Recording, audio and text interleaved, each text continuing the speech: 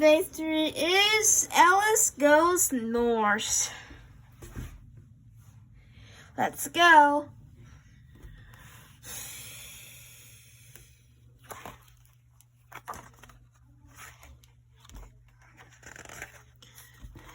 Chapter 1. Alice was an ant-eater who lived in the jungle. Every day she dug for ants with her sharp, curved claws.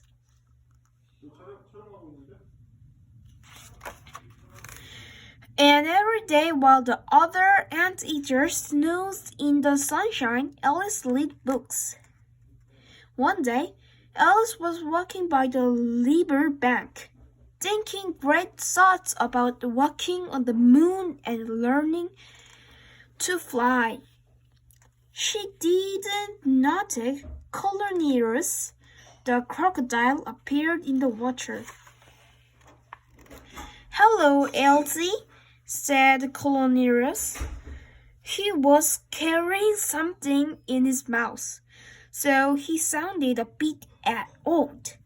"Hello, Cornelius," replied Alice, climbing quickly onto the high stone.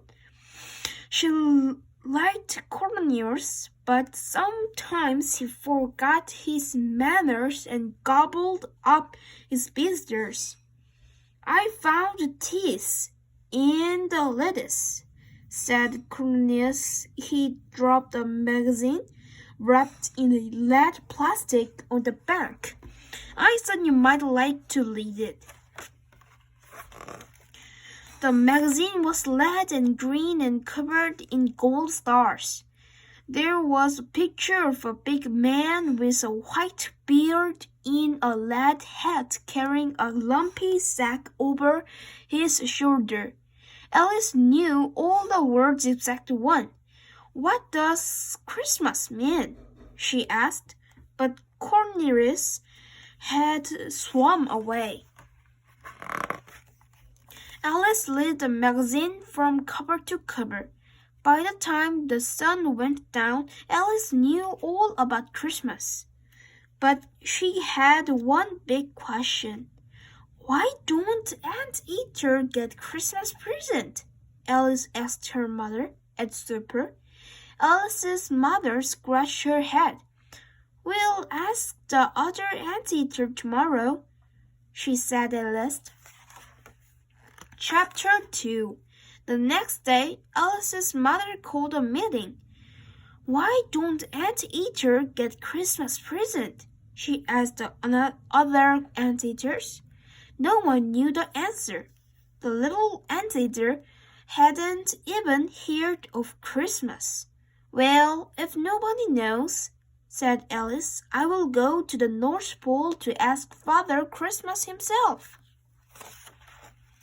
"You can't do that," cried Alice's mother. "It's too cold." "It's too dark," said her aunt. "It's too dangerous," said her grandmother. "And it's very far away." But the little anteater kept quiet. If Alice was brave enough to go to the North Pole, they aren't going to stop her. They liked the idea of Christmas present too. That night, Alice read a book about the North Pole. Her mother and her aunt and her grandmother were right. It was cold and dark and dangerous and very far away. It was not the kind of place for an anteater at all. So the next day, Alice went down to the river to find Cornelius the crocodile. "May I look in your dressing-up box?" she asked. "I need clothes to go to the North Pole. All I have is my pink handbag."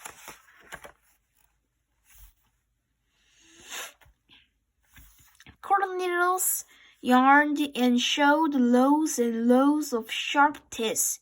"Help yourself," he said. The dressing-up box was full of wonderful things. Alice chose a thick, woolly coat, a turquoise jumpsuit, a green hat with a feather, and some goggles. She was just about to shut the box when she saw a pair of flippers. They would do for snowshoes. Alice put on her new clothes and stared at her reflection in the water. She looked just like a real explorer. Then she made herself a left and paddled down the river toward the North Pole. Chapter 3. It was a long way to the North Pole, and every day it felt colder and darker and more dangerous. When Alice finally arrived, she was amazed. No one knew where Father Christmas lived. "Follow the sun," said the walrus, scratching his tail with his trunks.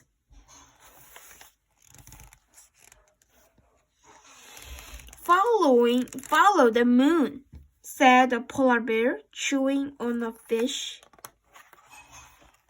It was hopeless. There were no tracks of paths, and Alice couldn't find a bus or a sledge or a toboggan. So Alice decided to hitchhike. She took a compass from her pink handbag and turned around to face north. Then she stuck out her thumb and waited. Nothing happened. Nobody came by except for a white hare who asked a lot of silly questions. "Aren't you cold? Why are you wearing those funny things on your feet? What's an anteater doing at the North Pole?" The hare thumped his foot and stared at Alice. "Are you stupid or something?" "I've come to ask Father Christmas a question," said Alice, in her most grown-up voice. "What question?" demanded the hare. "Why don't anteater get Christmas present?" said Alice. The hare's pink eyes boggled and he fell about laughing. "Father Christmas is far too busy to think about anteaters," he squealed. "Ha ha ha!" Looking for a light, a tiny man was driving a huge sledge pulled by 8 dogs and filled with parcels. He wore a furry hood and there was a big smile on his face. "Yes, please," shouted Alice and jumped in. Then, before she could stop them, tears trickled down her cheeks. What if the hare was right? What if Father Christmas really was too busy to think about anteaters? "Don't listen to that hare," said Tiny Man. "He only crossed because he didn't get what he wanted last Christmas." Alice was amazed. "How do you know that?" she asked. The tiny man laughed. "Because he says the same thing every Christmas. Nothing's good enough for that hare." Alice wiped her nose on her silk. "But is it true? About Father Christmas and anteater, I mean? Ask him yourself," said the tiny man. "We're almost there." Chapter 4. Alice stood in the middle of an enormous room. Hundreds of elves were wrapping thousands of presents in colored paper.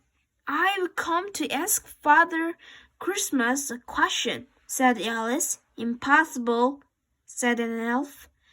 "He's too busy right now." Then a door painted with a red star flew open. A huge man in a baggy suit appeared. He had a long white beard and a curly mustache, and he stared straight at Alice. "Alice the Anteater," he cried. "I've been expecting you." Even through his blue eyes sparkled like two sapphires. Alice wasn't fooled. This was the guy who was too busy to think about anteaters. She stood up to her full height and marched into his office. "Welcome to the North Pole." Father Christmas held up 2 bottles, red or green. "Red, please," said Alice fearfully. "Then I shall have green," said Father Christmas. He poured 2 glasses and sat down. "Now, how can I help you?" Suddenly, Alice felt nervous. She gulped at her drink. It tasted of berries and sunshine. She swallowed the whole lot and leaned forward. "Why don't Anteater get Christmas present?" she asked. "Everyone else does," she said. "Is it true you're too busy to think about us?" she wailed. Then she burst into tears. "Wah!"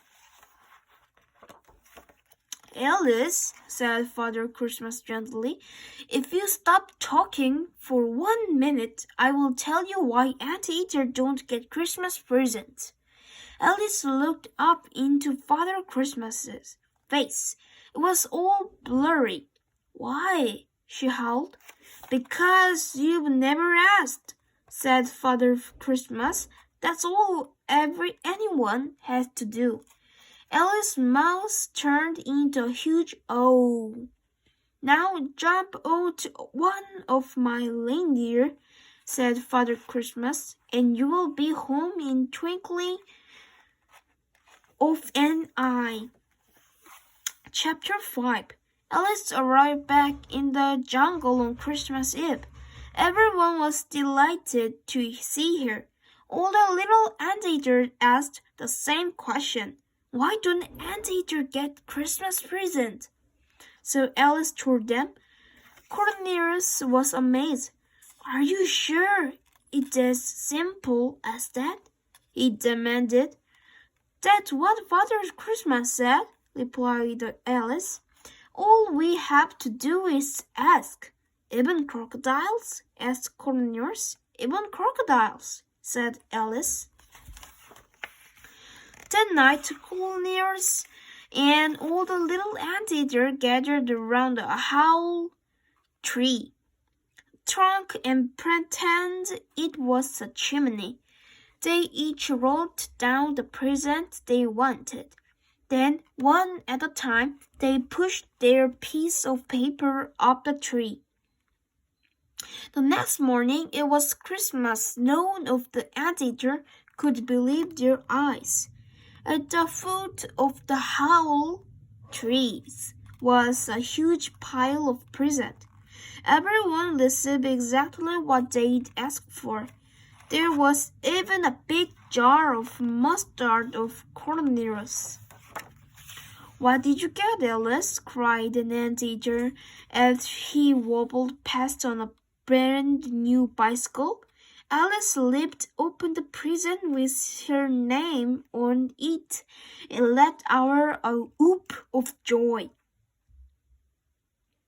It was a box of her favorite chocolate-covered ant. She stuffed a handful in her mouth. They were absolutely delicious.